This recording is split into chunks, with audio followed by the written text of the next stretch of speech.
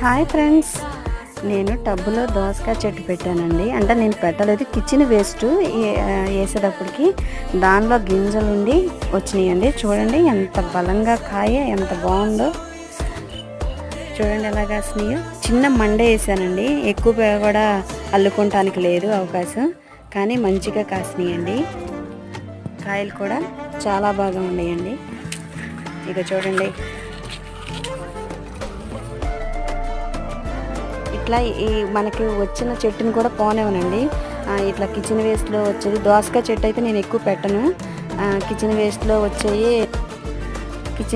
వచ్చే చెట్లే నేను కొంచెం వాటికి మంచిగా పోషకాలు ఇస్తూ ఉంటానండి. కాయలు కూడా మంచిగా కాస్తున్నాయి. ఇప్పుడు చాలా కాసినాయండి, ఇంకా పిందెలు ఉన్నాయి.